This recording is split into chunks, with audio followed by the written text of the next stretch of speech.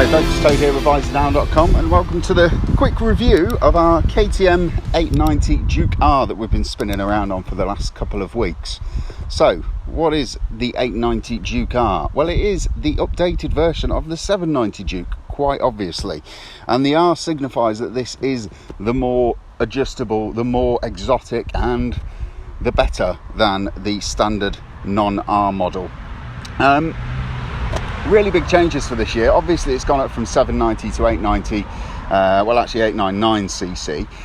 It's still an 8 valve parallel twin engine and it is now producing around about 120 bhp. I think it's 119 exactly, but it's about 16 more than the old 790 Duke.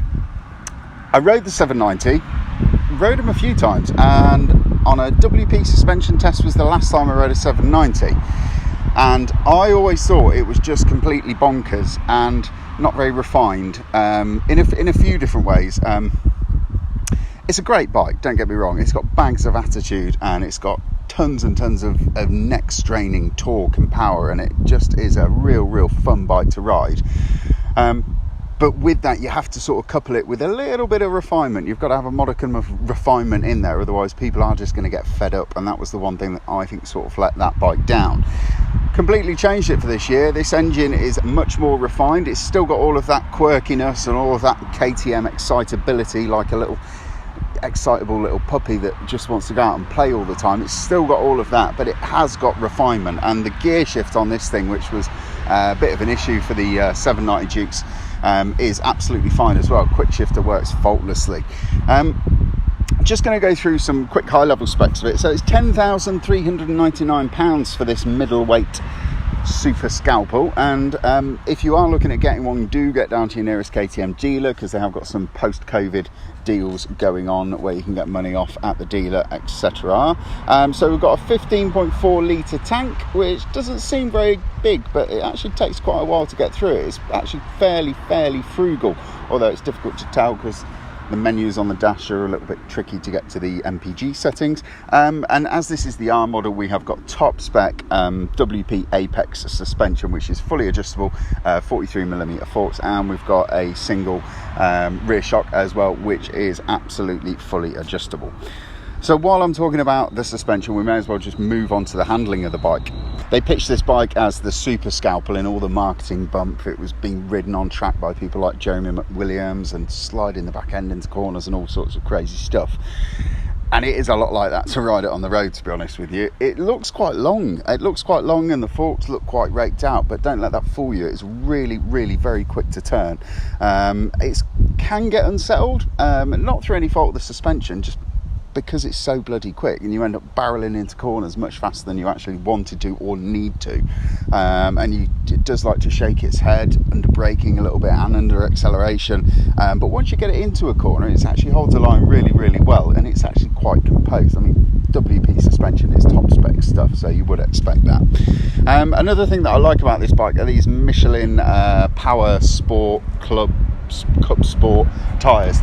They are basically a slick tyre with the minimum amount of grip that you are allowed by law to make a road legal tyre, but they offer so much grip. I would not like to ride to work on a cold, wet winter's morning on them, because quite frankly they look a little bit scary. But yeah, on a dry road, hot day like today, you can just throw this thing into corners with absolute abandon and it will just grip and stick and go, which is all very good.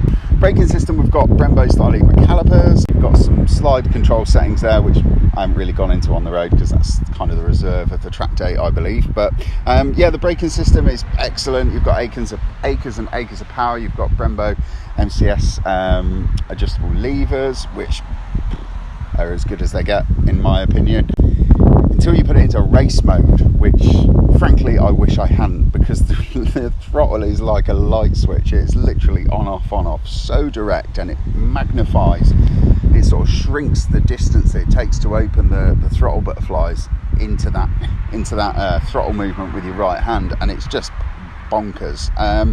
It was fun for about 10 minutes and then it just became too much. Probably a little bit like that excitable puppy that doesn't want to go to sleep and is sort of like tugging at your duvet as you're trying to get yourself off to bed. It probably would be ideal on track. On the road it's just a bit too break your neck fast. Yeah, that throttle on and the delivery and the power and everything in that race mode is just completely bonkers. So enter that at your peril. Another thing that I was surprised at with this bike, because it doesn't look it, it's actually really, really comfortable. The seat's nicely padded, it's plush without being too soft and not overly hard.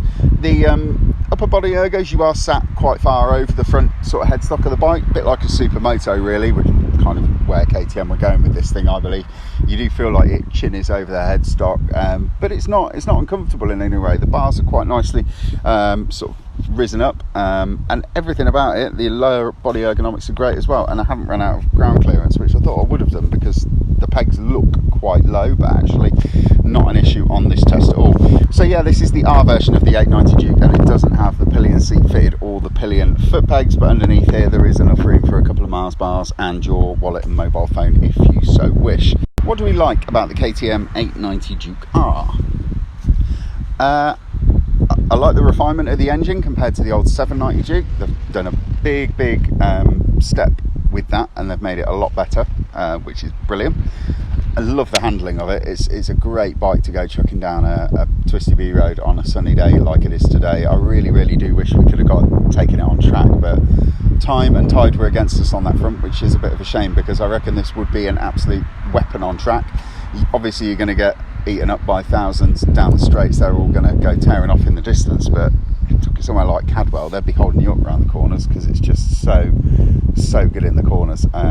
It's just frustrating that KTM don't stick a fairing on it and do an RC 890. And the final thing that I really like about this bike is just its playfulness, and it's just always up for a bit of a giggle. And motorcycles are, well, I think they're all about having fun. They're all to put a smile on your face, and this bike definitely does that. It is yeah, you drive at smiles per hour, I think I'll say, on this one, because it never fails to bring a smirk to my chops. What don't we like about the KTM 890 Duke R? The dash can be a little bit tricky to read. In direct sunlight it's non-adjustable, and if you get a big reflection off it you can't really see what's going on there, which is a bit of a bummer. I don't like this tail tidy thing. I think it looks like the mudguard off a MAN articulated lorry from about 1984.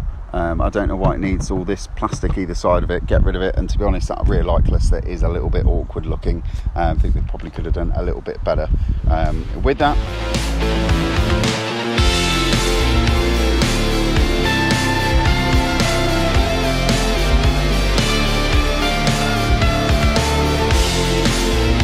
So there we go, KTM's 890 Duke R. It's probably the most focused, yeah, I'd probably say it is the most focused of all of the middleweight naked sort of motorcycles out there. So you've got things like the NT09 SP, you've got the Triumph Street Triple RS. It's, you know, it's probably more focused and more sort of dedicated than any of those in terms of just making you want to go absolutely as quick as you can possibly go. It's not as refined as either of them though, but then again it's KTM, and KTM aren't really into making refined bikes as we know them. But that said, it is still a phenomenal little motorcycle, and everything from the exhaust note and the pops and the bangs on the upshifts and the downshifts to the brutality of the quick shifter when it comes in, it's about as finessed as a rhino that's been spiked with amphetamines, you know. But that's it. It's bonkersly brilliant, and I can't help but like it for that. If you like that video, please don't forget to hit like, subscribe and the notification bell so that you can stay up to date with all of our latest videos. For all the latest news, reviews and motorcycle features, please get over to bizedown.com. Thanks folks.